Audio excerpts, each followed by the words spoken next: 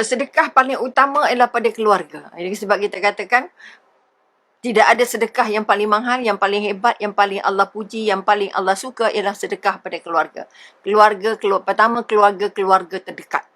Bila kedua kita dekat tu maknanya adik kita, anak kita, apa abang kita itu yang terdekat, makcik kita dan sebagainya. Okey?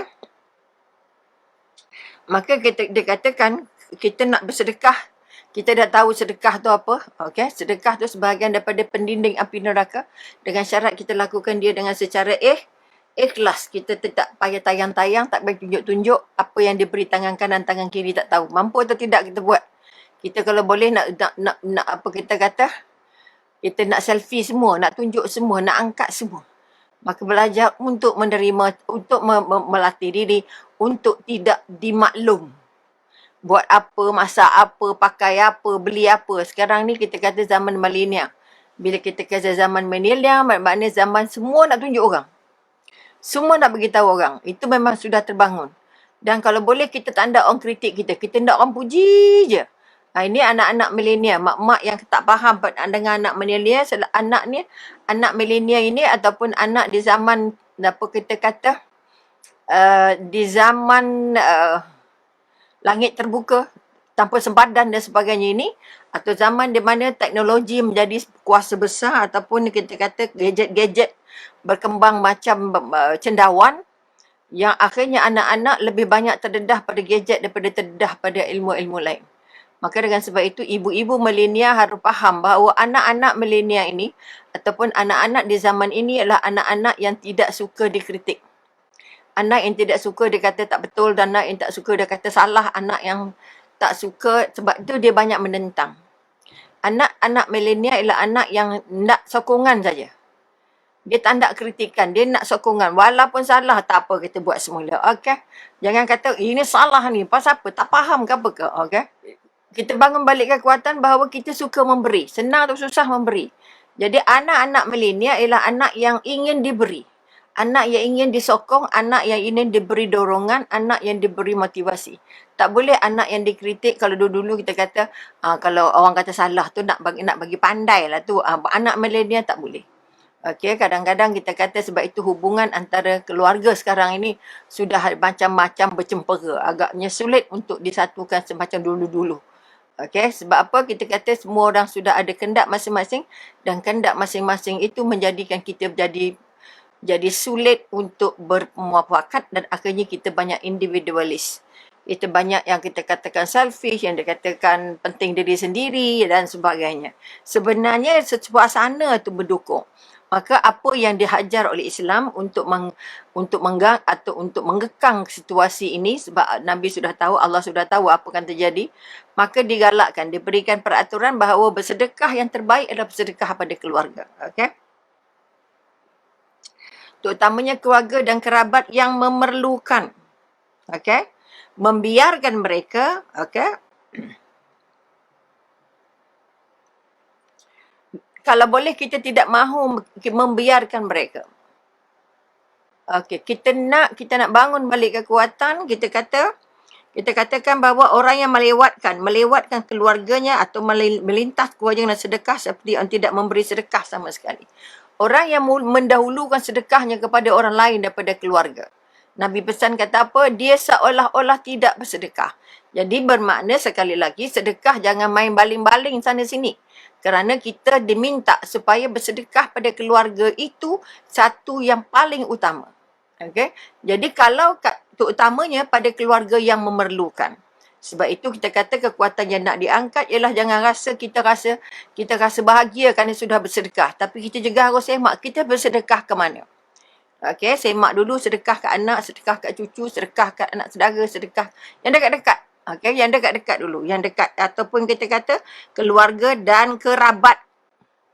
Keluarga dan kerabat dekat. Okey. Sehingga Nabi pesan siapa yang bersedekah melewati.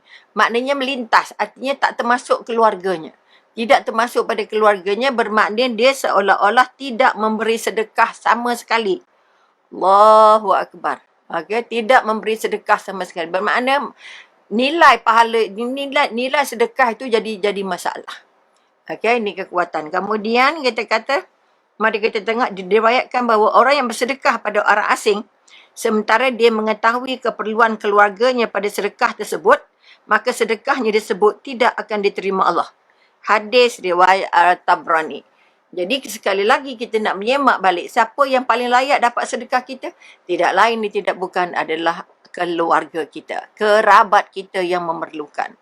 Kalau semuanya dah senang, semuanya dah kaya, semuanya dah lengkap, semua tidak meminta, kita tahu dia tak ada yang sampai tak makan, maka barulah kita boleh bersedekah kepada orang lain. Jika tidak, kita kata dia anggap itu tak jadi sedekah. Okay?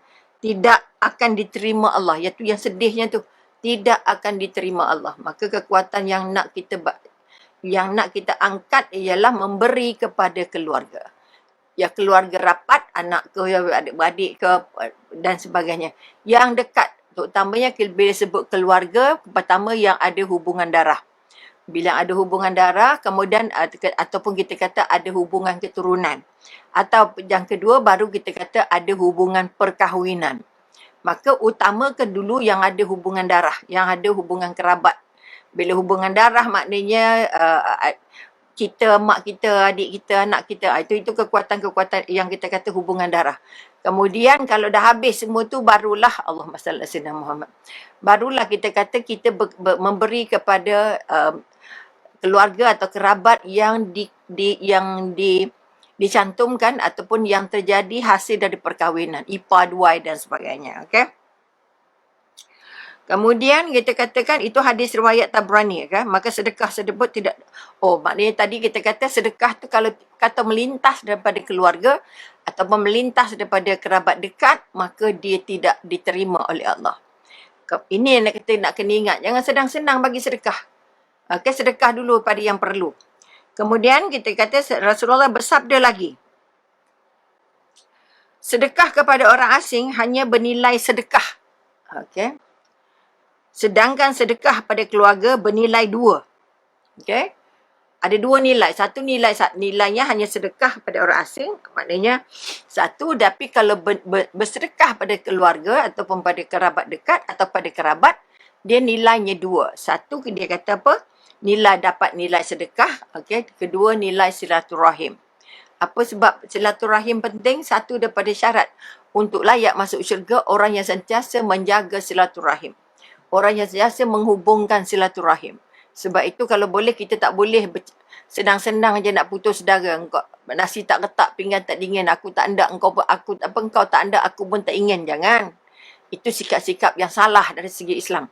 Salah dari segi orang mukmin, salah dari segi masyarakat dan salah dari segi kerabat. Maka kita katakan, dia dapat 2 pahala. Pertama dapat pahala sedekah. Yang kedua dapat pahala silaturahim. Pahala silaturahim juga sangat mahal harganya kerana satu daripada syarat ataupun satu daripada tanda orang yang layak masuk syurga ialah orang yang sentiasa menjaga silaturahim dan orang yang sentiasa menjaga dan menghubungkan silaturahim. Maka kalau kita kata kita sedekah, maknanya kita bukan saja bersedekah macam biasa dapat pahala sedekah, tapi juga dapat pahala menghubungkan silaturahim. Ini 2 benda yang kita ni ingat sehingga kita akhirnya tidak tinggal, tidak pecah, tidak hilang, tidak putus silaturahim. Sebab itu kita kata kalau ada kerabat atau keluarga yang meminta pertolongan, paling penting ialah kita mengutamakan pertolongan pada keluarga dan kerabat. Okay, keluarga dan dibandingkan dengan yang lain-lain. Maka mari sini kita faham bahawa nak derma ke mana pun tanya dulu derma pada sahabat, pada kerabat dan keluarga dulu.